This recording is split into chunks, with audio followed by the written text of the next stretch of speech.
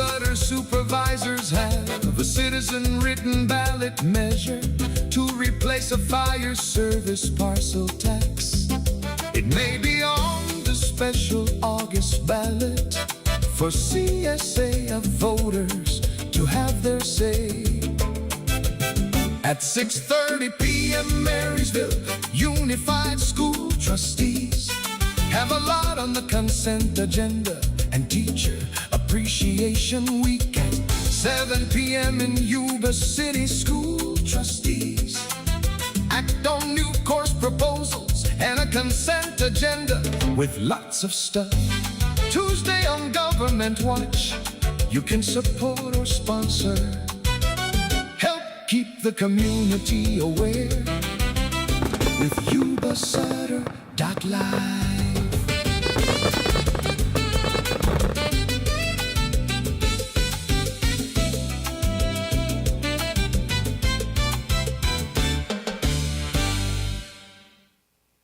All right, we'll get a roll call, please.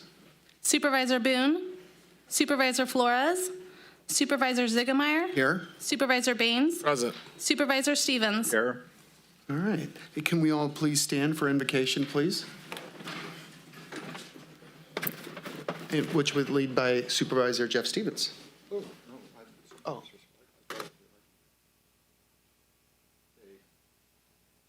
Please join me in a moment of reflection. We give thanks for the opportunity to serve our community and ask for wisdom, patience, and clarity as we carry out the public business today. May our decisions reflect fairness, compassion, and the best interest of all. Thank you and amen. And if we can continue standing for a moment of silence for Larry Munger, who passed away last week.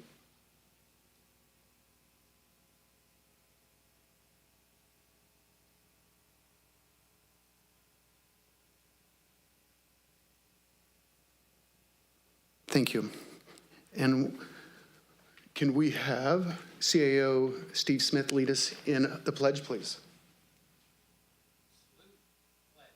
I pledge allegiance to the flag of the United States of America and to the republic for which it stands, one nation, under God, indivisible, with liberty and justice for all. All right. Before I move on, I want to speak a little about Larry Munger before everyone leaves the meeting, because it seems to be so many people leave before the meeting is over. Supervisor Munger passed away last week. Larry served the people of Sutter County for over 24 years. 24 years as supervisor. When he retired, he continued to serve. He was served as Sutter High School trustee, along with the cemetery trustee, served on the LAFCO board, and he also served on the Air Quality District Hearing Panel.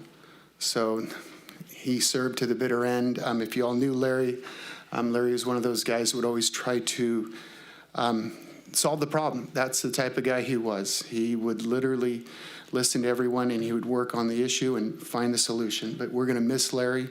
Larry's going to be missed deeply here in the community. So our thoughts and prayers are with his family and his wife. Thank you. All right. With that, some presentations. All right, if we could move on down front. Will Daryl Taylor please join the board up front for a presentation of a gold resolution in honor of your retirement from Sutter County?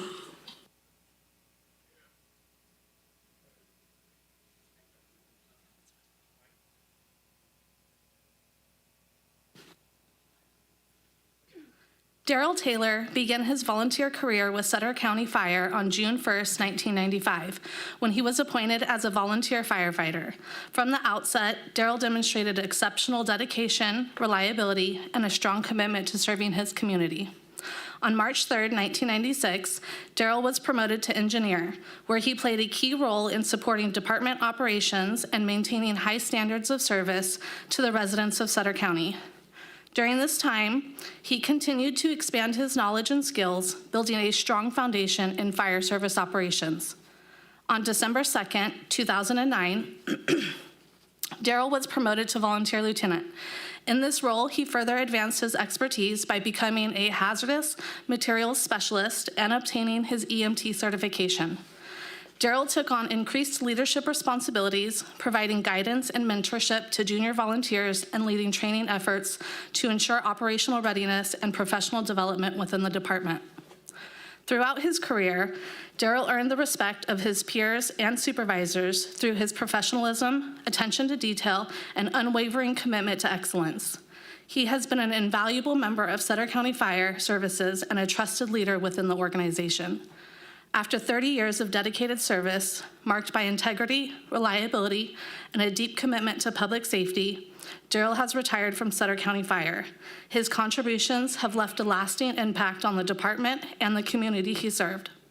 He will be greatly missed by his colleagues and the organization as a whole. Sutter County Fire Services extends its sincere gratitude to Daryl for his outstanding service and wishes him all the best in his well-earned retirement.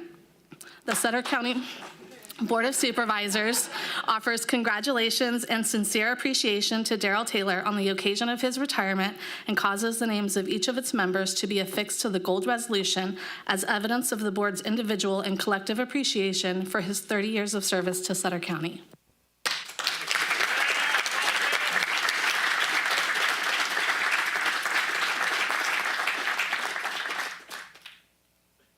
Well, I don't even know where to begin, 30 years. So when I first became a volunteer, I only did it for a short span, but Daryl was a great teacher. We were lucky to have Daryl in the community of Sutter. I can't imagine how many lives you've been a part of helping save. It's incredible. And as a volunteer, you know, it's not just an 8 to 5 volunteer. It's waking up at 2 in the morning if there's a structure fire, 3 in the morning if someone's falling on their way to the restroom or falling out of bed. That's what he's there for. That's what these gentlemen and ladies are here for. And Daryl, you're an amazing guy. I look forward to every Christmas Eve. His sausage patties that he makes are incredible. He wakes up early every Christmas Eve to help make breakfast for the volunteers and the firefighters for Operation Santa Claus. And it's not just there from the dinner, the fundraising, and everything. He is just a jack of all trades. He does it all.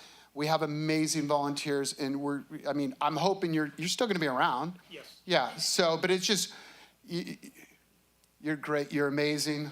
Gonna look forward to seeing you many, many more years. Yeah, see, buys breakfast, yeah. But thank you for your service, Daryl. I'm sure Richard has a lot to say as well. Yes, 30 years is a long time. Daryl's been with us since the beginning for me as well. Back when we were, 1-0 staffed, Daryl was there on most of our notorious calls, structure fires.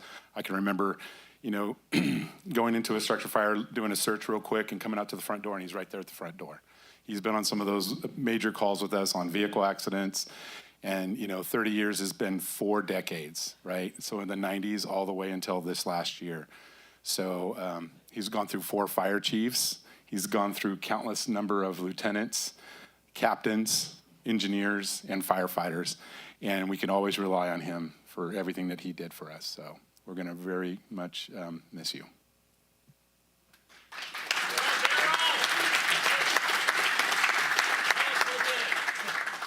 Well, I want to thank everybody. Yeah, it's been interesting, been a lot of fun, a lot of memories.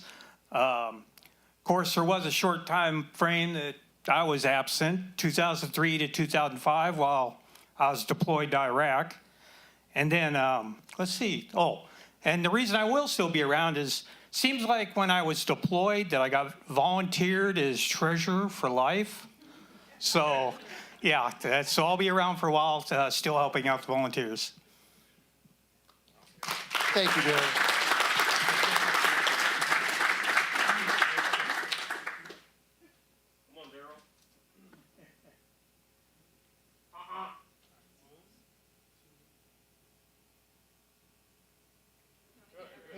Picture with everyone down here real fast. Everyone. Come on, firefighters. Guys, firefighters, Brandon, come on down. Come on.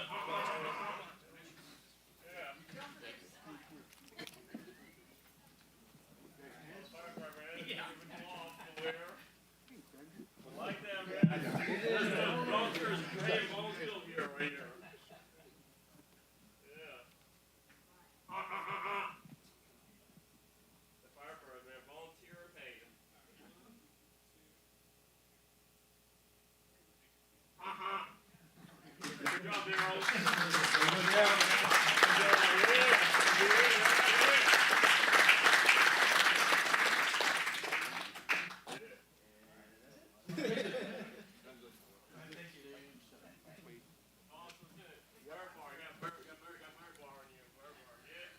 Will Under Sheriff Smallwood and the Sutter County Correctional Officers please join the board up front for a presentation of a proclamation recognizing May 3 through 9th, 2026 as Correctional Officers and Employees Week.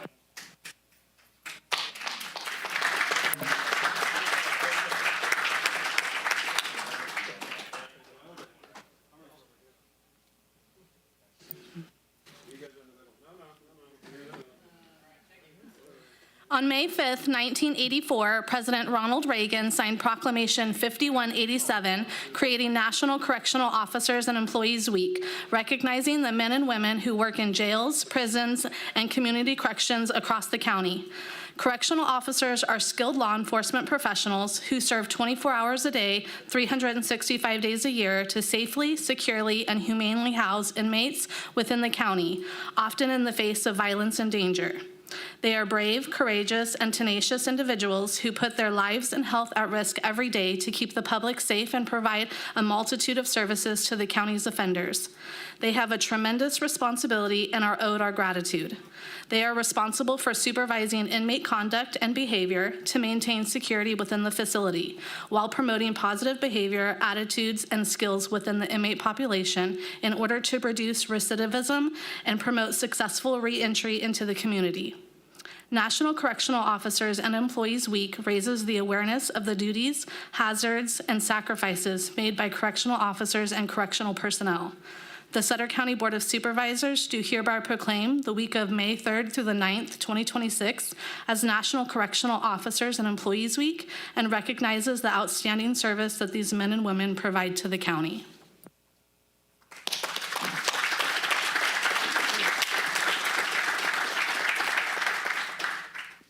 Well, there's one thing to mention is, remember about, gosh, what's it been, about 15, 16 years ago when a county jail was more or less, hey, you got in trouble, come on into the county jail, you're off after a few months. Now county jails are almost treated as mini prisons. The people that they get in there are incredibly, some of them violent people, and these individuals have to deal with that every day. Tough individuals to have to deal with that. As if they were a correctional officer in San Quentin, but right here at these county jails. So what you guys put up with is incredible. Thank you for what you do. Another thing that's really awesome is how many of these incredible individuals move on to deputy roles. You know, they start at the correctional and then they move on or other aspects. So that's really awesome. And we appreciate each and every one of you. Thank you for your service. Thank you.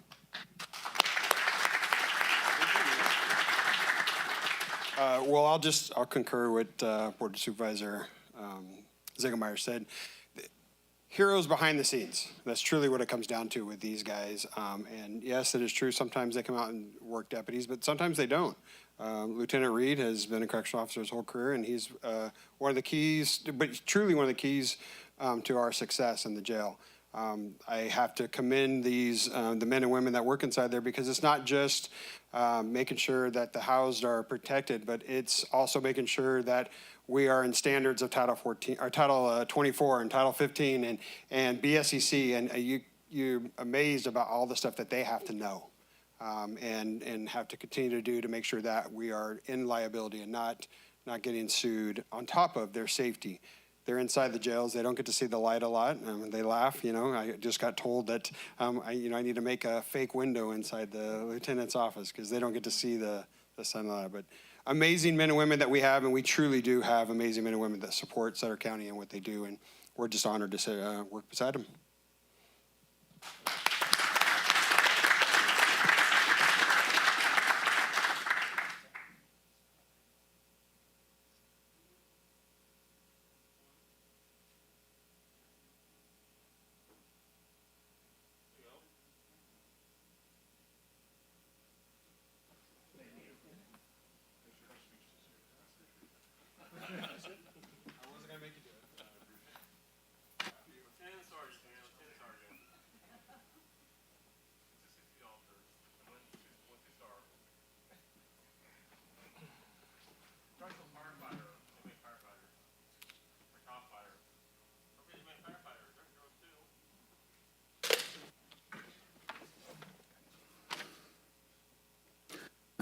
Well, I want to thank everyone, all those individuals. Thank you very much. Now we'll open up public comment. Members of the public will be allowed to address the board on items of interest to the public that are within the subject matter jurisdiction of the Board of Supervisors. State law provides that no discussion or action may be taken on any item not appearing on the posted agenda.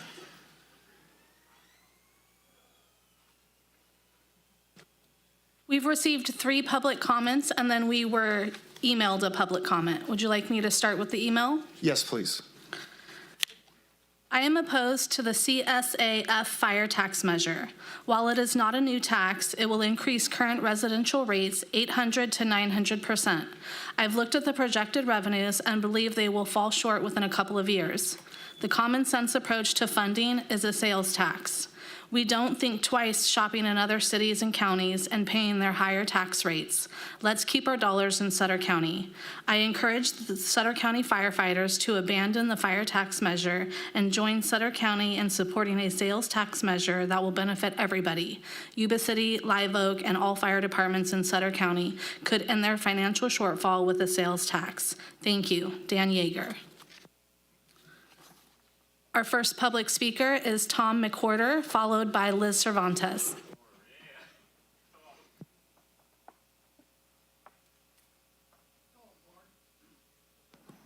Hello, board. My name is Tom McWhorter, Yuba County. Did you guys bring your preparation H? Because you're going to need a big tube when I'm done. In fact, they may not make a big enough one. My comments are going to be basically around the February 10th consent item number 3, in which you guys passed or approved the Special Facilities Improvement District that would have constrained the people in Yuba and Sutter counties only with an additional $300 million of tax to pay for that bond. We're already paying a $190 million bond off, and that won't be paid off until 2050. My tax bill right here, that current bond costs me $200 a year. Do you know how much this other bond is going to jack up your constituents' tax? It's just, I can't understand why you guys had no common sense and took care of your constituents here. There's a couple of questions that I've come up with that I'd like to ask. I know you can't answer them, but the public can ask them later on. Why was the SFID request on the consent agenda? It was not routine, and since it was on the consent agenda, the board nor the public could discuss it or ask questions. When the board approved it, did you realize that Yuba College would be pursuing a $300 million bond for just Sutter and Yuba counties? You know, YCCD encompasses 8 counties. We spent $43 million on an art and culinary center down there at the Woodland campus. And now they, after it's been completed, they want to separate from us and take it. Also a $4 million plus soccer facility. I just don't understand how a $300 million bond wasn't a separate item so we could ask questions. At least the Yuba County supervisors had enough sense to listen to their constituents and say no. HE double hockey sticks, no. Look, did you guys understand that they would be pursuing a $300 million bond to hang around the necks of your taxpayers, your voters? Did you realize that? And you just went along with it? And you didn't even give the public a chance to ask questions? Why was the infrastructure that was supposed to be taken care of by the $190 million not already taken care of? Thank you. Thank you. Our next public speaker is Liz Cervantes, followed by Tony Farley. Hello, it's nice to see you again. Feels like old home week when I'm getting pictures with staff. Wouldn't be the same Liz Cervantes if I didn't mention the most inconvenient time of the day, 3 p.m. This is why the room is full of very few constituents and lots of staff. I'm begging you to please change that time at some point. I also am concerned about the consent calendar and would like a specific question answered. I'm so happy that Bill is here. What is the criteria for an item of such magnitude as a $300 million bond? That would be on the consent calendar and just voted in as a whole and not extracted as a comment or discussion item?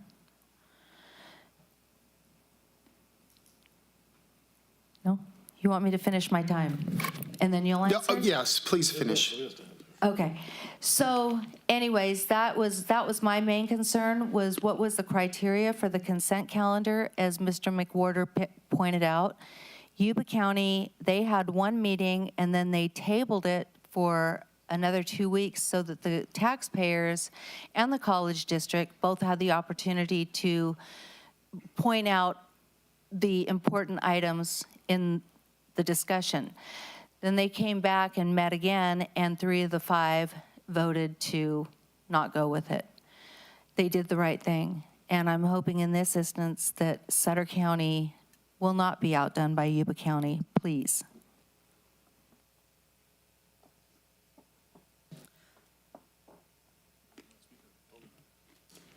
Our next public speaker is Tony Farley. Tony? Tony Farley, North City, Will Creek Drive.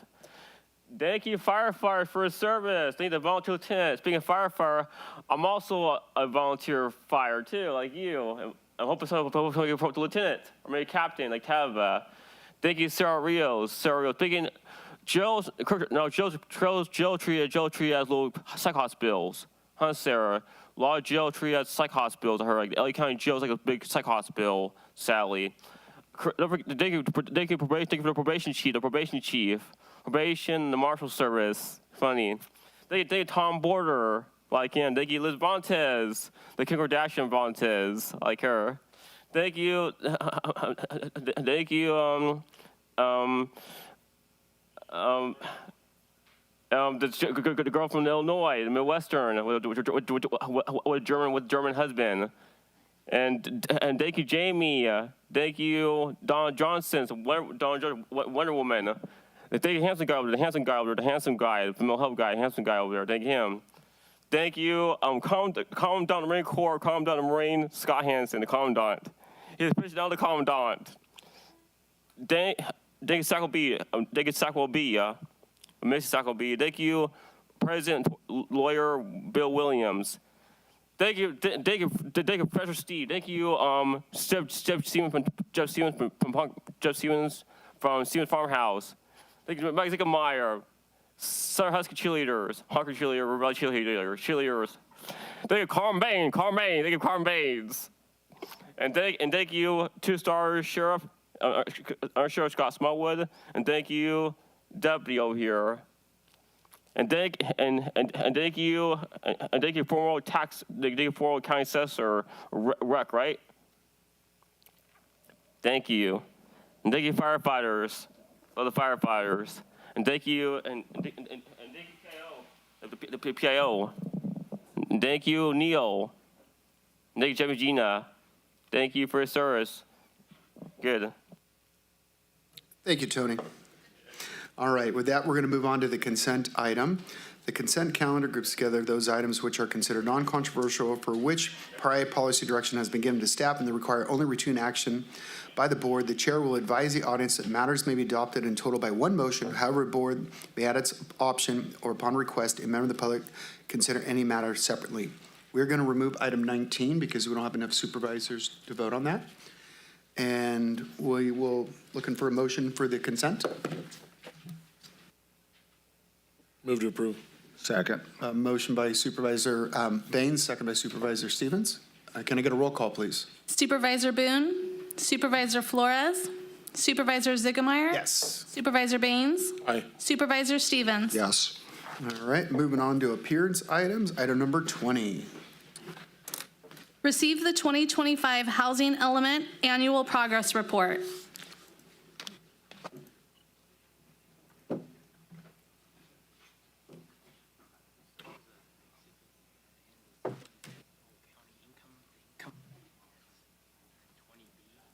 Oh, 20B. I'm so sorry. Good afternoon, Chair and Supervisors. So Neil Hay from Development Services, and the annual housing element submission to the state is a fairly routine matter. I'm going to make just a few introductory comments, and then I'll have our senior planner, Casey Murray, will kind of highlight some of the aspects of just this year's submission to the state, which we're doing because the state responded to both our department and the Health and Human Services Department about the housing development, because the compliance with it is very important to future grant opportunities for HHS. With this, what happens is that the housing development is based on income levels. If we're able to scroll down to Sutter County. So quite often, we talk about the various income levels in just the counties throughout California. This is the actual annual update that the state of California provides. And I just wanted to kind of point out the income levels here in Sutter County and what qualifies for the various types of housing that are reported on the annual housing report. So you can see at the top of the screen, number of persons in a household. So you can see that the state defines acutely low at $10,400. That's for a year, right? So these are annual income levels throughout the year. You can see the median income in Sutter County is just under $99,000. And so the annual housing element is a report on the type of structures that are being built that these persons would qualify to own or rent. And therefore the income thresholds are very, very important. Our department, on averages provides building permits for about 15 to 40 single-family residences a year. Most of them are in the, we'll say, 3 to 10,000 square foot range. And so one of the challenges that the county has with meeting the low income or the various income thresholds are just the size of the houses that are being constructed. What would normally need to be built would be something like duplexes, for example, or the high density residential that you might find in an apartment complex. So I just wanted to be able to point these income levels out to you because it kind of gives you a little bit of meaning and perspective to the numbers that the state identifies for our county, in addition to every county in the state. And these are the issues that we face when we submit the housing report, and eventually the state gives us feedback that, oh, you're not really building any low-income housing. This is what they mean by that, by looking at these tables and the type of housing that can be constructed.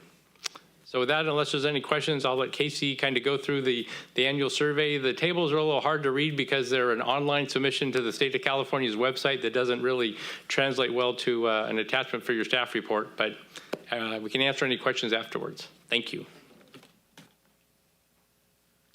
Yes, thank you. Casey Murray, Senior Planner. So this item is regarding the Housing Element Annual Progress Report for the 2025 calendar year. Housing Element Law requires the county to prepare an annual report on the status of the housing element and progress in its implementation using forms adopted by the State Department of Housing and Community Development, or HCD.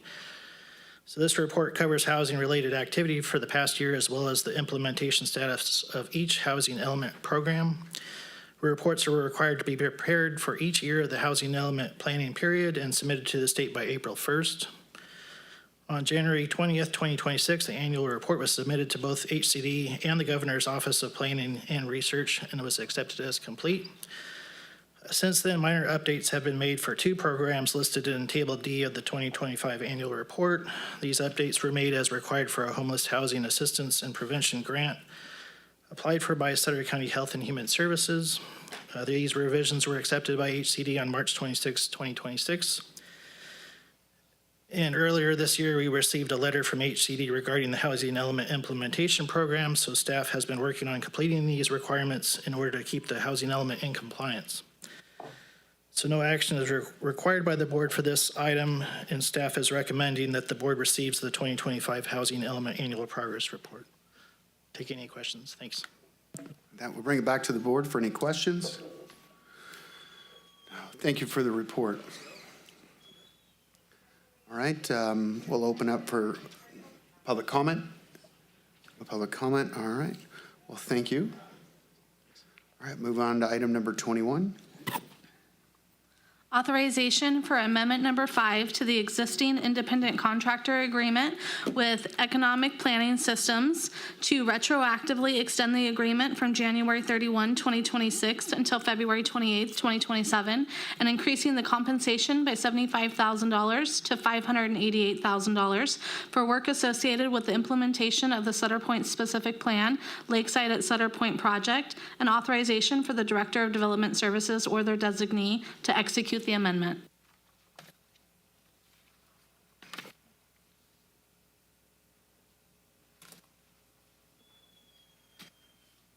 Good afternoon, Chair and Supervisors. So this contract is with one of the key consultants for the Lakeside at Sutter Point development. It's with a company called EPS and Economic and Planning Systems. So as you're aware, the consulting agreements through Lakeside and Sutter Point are 100% reimbursable by the developers. So the county is not paying for any of these services. What happens is the county receives an invoice on a monthly basis.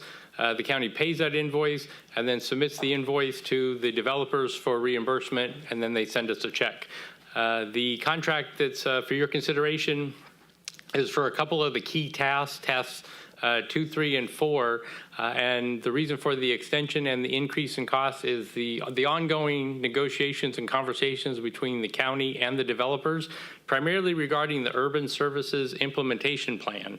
So the urban services will be the public works services, the fire services, and the public safety sheriff services that are provided to all the residents of Lakeside and the Sutter Point specific plan. And the firm EPS has been providing a variety of models. For example, the developers have been providing and kind of modifying what's termed the absorption schedule, but it's just the number of houses that get constructed per year within the development. And that has financial implications on the project due to the property tax revenue and then how that goes to pay for the county services. So with that, seeking your approval of this amendment, once again, it would increase the contract. We're looking to extend it for almost another year. We hope that all the conversations and discussions are completed within that time, and I'm happy to answer any questions. Yeah. We'll open up the public comment. Is there any public comment? We'll close the public comment, bring it back for the board for discussion. All right, once again, I want to remind everyone that all this is paid for by the developers, all the fees. I'll look for a motion to approve. Move to approve. Got a motion by Supervisor Bain, second by Supervisor Stevens. Roll call, please. Supervisor Boone, Supervisor Flores, Supervisor Ziegemeier. Aye. Supervisor Baines. Aye. Supervisor Stevens. Aye. All right, moving on to item number 22. Authorization for Amendment Number 2 to the existing independent contractor agreement with NBS Government Finance Group to retroactively extend the term of the agreement from March 31st, 2026 to March 31st, 2027 for work associated with the implementation of the Sutter Point Specific Plan Lakeside project, and authorization for the Director of Development Services or their designee to execute the amendment. So once again, Neil Hay with Development Services. So NBS is a consultant and a contract, once again, for the Lakeside project. They work in conjunction with EPS. So NBS is the one that will actually provide the legal paperwork to establish what is the CSA, the County Service Area, and the CFD, the County Facilities District, that will receive the funding and the revenue to pay for the urban services. So the two consultants, they were independently selected competitively, but they work in conjunction with each other, because once EPS provides the urban services implementation plan, NBS turns it into a legal document that goes through the LAFCO process for formation, and then we would have a new CSA formed and a CFD so that we could receive the revenue from the new residents of Lakeside to pay for the urban services they receive. With that, I'm happy to answer any questions. That will open up the public comment. No public comment. We'll close the public comment, bring it back for the board for discussion. No discussion. All right, we're looking for a motion. Move to approve. Got a motion by Supervisor Baines, second by Supervisor Stevens. Can I get a roll call, please? Supervisor Boone, Supervisor Flores, Supervisor Ziegemeier, Yes. Supervisor Baines, Aye. Supervisor Stevens. Aye. Thank you. All right, thank you. Moving on to item number 23. Yes, thank you, Honorable Chair and Supervisors. Steve Smith, County Administrator.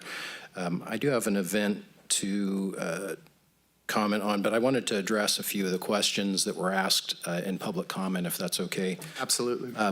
So the first is just quickly, and this is not a legal opinion, this is from a non-attorney, but there's very few items that cannot be on the consent calendar, and there are some per law that cannot be, and but it's very few. And what we try to do is we have a policy where we put on things that on consent that are routine and or we don't consider controversial. Now, I know there can be some disagreement on that, and I was going to mention some of the comments regarding the Yuba College item on the 10th. A comment was made that it was placed on consent so people can't comment or discuss it, but any item can be pulled from consent by the public at any meeting and ask for it to be discussed. I reviewed that item. I wasn't at that board meeting, but I reviewed it and recommended it be put on consent. So I can be blamed for that. But I think my take on it, and from talking to the chair, is, we want local control. We want the voters to be able to decide. And on that item, it did not allow them to issue a $300 million bond. What it allowed them to do is set up a special financing district, school financing infrastructure district, I think, or school facilities infrastructure district specifically, to put out to voters to decide. And if approved, that money could only be spent locally. As the one gentleman mentioned, we're paying a bond for the Woodland campus that had improvements. And even though people from here can attend the Woodland campus, the thought is, would we rather have them put a district where it has to be spent in Yuba or Sutter? I think it's pretty plain to see that the Yuba campus needs a lot more attention than the Sutter County one, which is pretty new. But do local voters support that or not? And it can be a tough audience up here, but that would allow the college to at least put that forward and say, here's the improvements we want to make, versus having it maybe a district-wide one, which I think, is it 8 counties they cover? And they have multiple campuses, including way out in Clear Lake and Colusa and Woodland, and then the 2 here in Yuba and Sutter. Do we allow people in Woodland or other areas to overrule our vote, and then they do and go and they spend the money at the Woodland campus, versus us being able to, as citizens here, vote and say, yes, I support Yuba College and these upgrades locally, or do not? And that's all it is. It's not in any way trying to enable taxes. It's about letting the people decide. And I think we have so many professionals locally that got their start at Yuba College. We have professionals here that teach at Yuba College, and not just folks that go on to, say, a 4-year degree or further, but also they train fire and police, sheriff, nurses, culinary, et cetera. So I think there's a good partnership there. And I also think, we've wanted to have a university in the area for a long time, and it can really make a community flourish. And we've had meetings in the past with universities, and they're not interested at this time, and they weren't probably 6 or 8 years ago. But I think having a commitment from the community for higher education can only help the workforce. And I'm not saying anything. I think Yuba College is a good organization. If there are things that could have been done differently, we could probably say that about a lot of organizations. So I'm not giving a pass to anything. The rationale that I had in recommending to the board, I just wanted to discuss that with the community. So, and then also on another item, there's the 14th annual Yuba-Sutter Veterans Stand Down fundraising dinner at the 530 Event Center on 530 on May 30th. You can go to Yuba-Sutter.LIVE for more information and tickets. Thank you. Yes, and if you'd like to donate to that dinner, please reach out to me. I sit on the committee for that foundation. All the money stays local for the veterans right here, stays local, everything for the veterans. So thank you, Sierra. All right, with that being said, we are going to move on to district reports. And Jeff, would you like to start? Nothing at this time. All right, Mr. Baines? All right, well, today happens to be my mother's birthday. So I'd like to close in her honor, because obviously if it wasn't for her, I wouldn't be able to sit up here. Going back to the town hall meeting we had on February 13th, where we brought the local farmers that were affected by Del Monte bankruptcy together along with elected officials. Since that time, there's been some funds that have been approved by the USDA. We just got back from Washington, D.C., and we're able to meet with the USDA, with congressmen, senators, all those that were part of making this happen.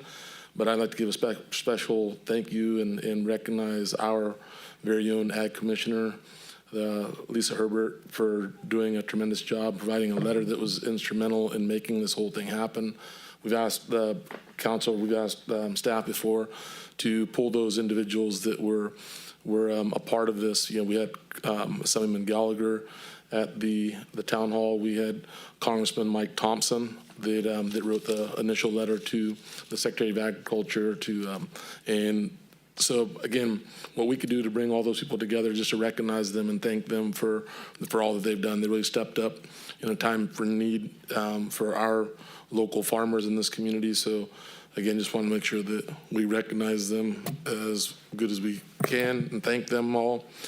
On another note here, I'd like to have letters of sympathy and condolences go out to the families of Larry Munger, James Harrison, and Cliff Peterson for their passing. And also I'd like to have letters sent to Pat Hume and Dane Lance for the passings of their mothers.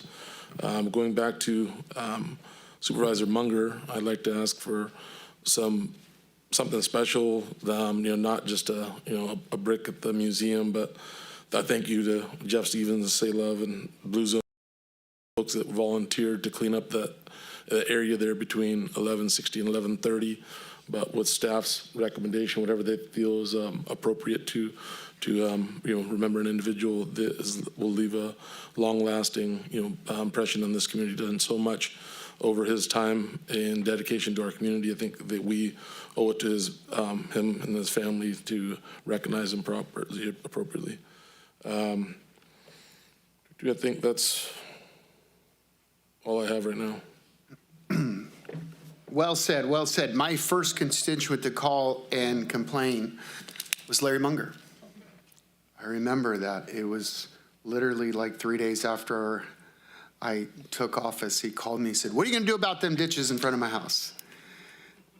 And oh my gosh, I loved Larry, because Larry was like, Larry was my cheat code, like another supervisor with 24 years of experience. So I could call him and ask him any question, and he knew, if I ever needed any help in the beginning. So that was what was awesome about Larry. He was there for everyone. I remember 20 years ago, we had an issue with some, property out there on the highway. Larry was there to be a supervisor, to walk me through the process with the county departments. And that's what he did. That's what we do. Today, Supervisor Stevens and I, a constituent had an issue. He came in, we had a meeting with Neil, and we got to the bottom of everything. Then after that, we had another meeting with another constituent. That's what you do as supervisors, and Larry did it for 24 years.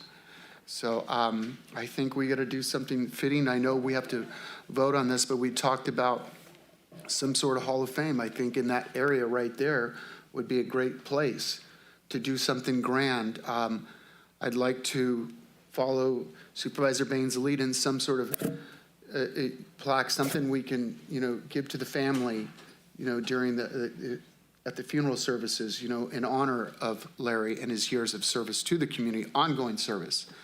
And you look at his family, those who serve underneath him, it's like it's a trickle-down effect. They saw Larry, and now you see where son-in-law, and you see his daughter, and you see his sons. Everyone volunteers somewhere Larry was a great leader, and it was passed down, and his kids are great leaders. Everyone, his grandkids, so just a tremendous teacher. He was a leader.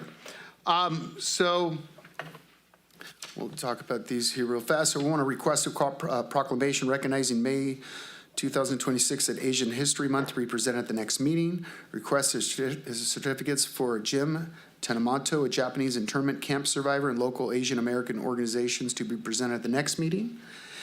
Invite the community to an event at the Sutter County Courthouse, which will be hosting the Asian History Month on Tuesday, 5/12 from noon to 1:30. There will be a screening of a short documentary based on Jim Tanamato's 103-year-old Japanese American survivor of Tule Lake concentration camps, who will also be attending the event and sharing his history. Afterwards, there will be a short play involving local high school students based on the landmark U.S. Supreme Court case, Korematsu versus United States.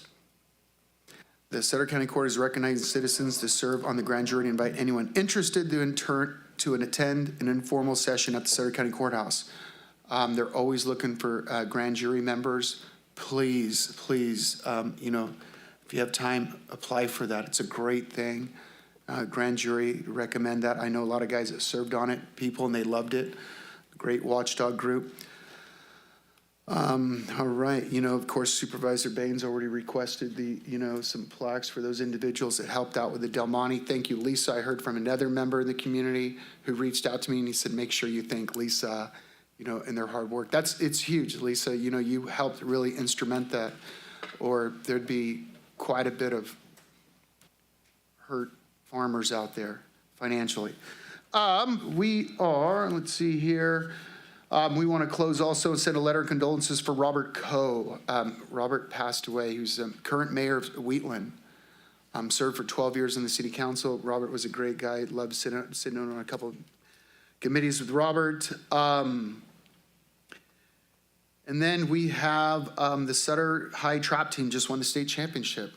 Another parade, state championship. I know, we love parades in Sutter, but they won a state championship, so we'll coordinate that, get some sort of parade going for that. Then we have Brody Park, the first ever league MVP from Sutter High School. First ever in history of Sutter High School. We actually have the MVP of the golfing. That's huge, first time. So want to do a plaque for Brody. And then it's high school baseball. It's like the last week right now, so push for the playoffs. A lot of great games going on. Playoffs start next week, I believe. So get out. Last but not least, also send a letter of condolences to Ryan Johnson's family for his passing. Ryan was a funny guy. If you ever met him, you'd laugh your tail off. He was just the life of the party, always just never a dull moment with Ryan. Had a great time with him. All right, and that will look for a motion. Just real quick. Yes, sir. Sorry again, just to make sure, I don't know if staff heard earlier that the request was to make sure that all those that were a part of that town hall and who all made it happen, including we're going to give our ag commissioner a big round of applause. But but also at that meeting we reached out to the electeds, and so Simon Gallagher, Mike Thompson, and I think there was maybe some representatives, some other offices as well, but we could figure out who all needs to be recognized. And then I just, before we wrap this thing up, I'd like to bring the Yuba-Sutter Fair Board and Dave Dillaboo up at some point between now and the fair to recognize them and give them a proclamation for Fair Week. Actually, I'd like to go a step further and sponsor one of the grander events. I know. I look at what these kids accomplish that go through these programs. It's incredible to see some of these individuals. I mean, I look at my son doing the tractor supply, where you go around and talk about what 4-H is and how 4-H does, and it just blows my mind at how it helps these kids come out of your son, Veronica's son, HR, coming up to me at a baseball game, introducing himself and telling me about everything. This is incredible. The gift that 4-H does for these individuals, and not just 4-H, FFA, so forth, raising animals. So I think it's important that we do something, present it here and there at the event that they have the night of, I believe it's the first night of the opening of the fair. and then something throughout the 4-H auction. Okay. So, And sorry, Rowan, going back to the passing of James Harrison, he was in the Highway Patrol, here, local Highway Patrol. He served in our Sheriff's Department and the Police Department. So, and that he owned and ran Howell's Grub Steak. I don't know if you guys remember that place for however many years. But so we give some kind of recognition to him, like something in honor of him, maybe at the museum, whether it's a brick or whatever you feel appropriate. all right. Almost forgot this one. Like to honor Tim Crowhurst. Tim was a volunteer firefighter for many, many years, still teaches at Sutter High and at the academy at Yuba College, who recently retired. Like to honor him at our next fire meeting, which we have coming up, I believe, in May. And reminder, tomorrow's budget hearing. Tomorrow at 6 o'clock, that's correct, isn't it? Budget workshop. Budget workshop. Yes, sir. Budget workshop, but that is tomorrow at 6 right here. All right, can we get a motion, please? Making a motion to Got it. close. Second. Got a motion by Supervisor Stevens, second by Supervisor Baines. Can I get a roll call, please? Supervisor Boone, Supervisor Flores, Supervisor Ziegemeier. Aye. Supervisor Baines. Aye. Supervisor Stevens. Thank you so much. Thank you. All right, meeting adjourned.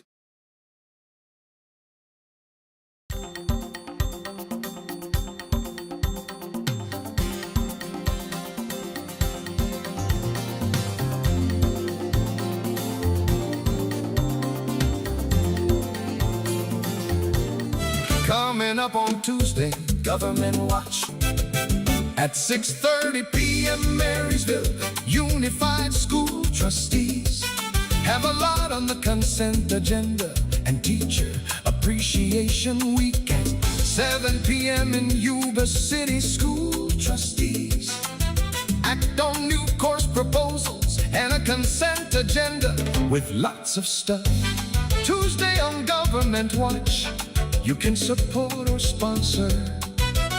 Help keep the community aware with Yuba-Sutter.LIVE.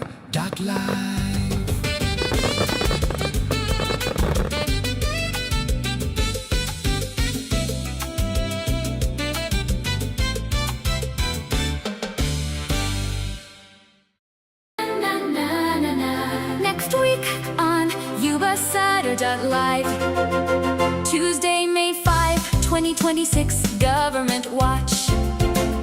9 a.m. Yuba-Water Agency regular meeting. 6 p.m. Marysville City Council regular meeting. 6 p.m. Yuba City Council regular meeting.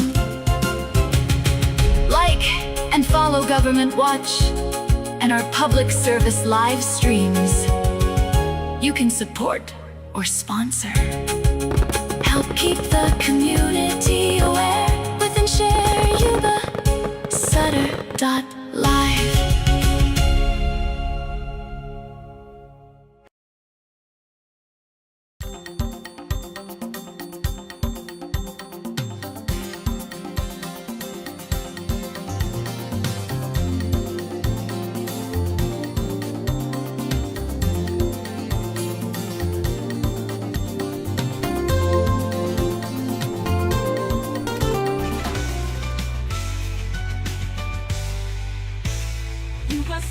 Yuba-Sutter.LIVE. It's the truth that comes through.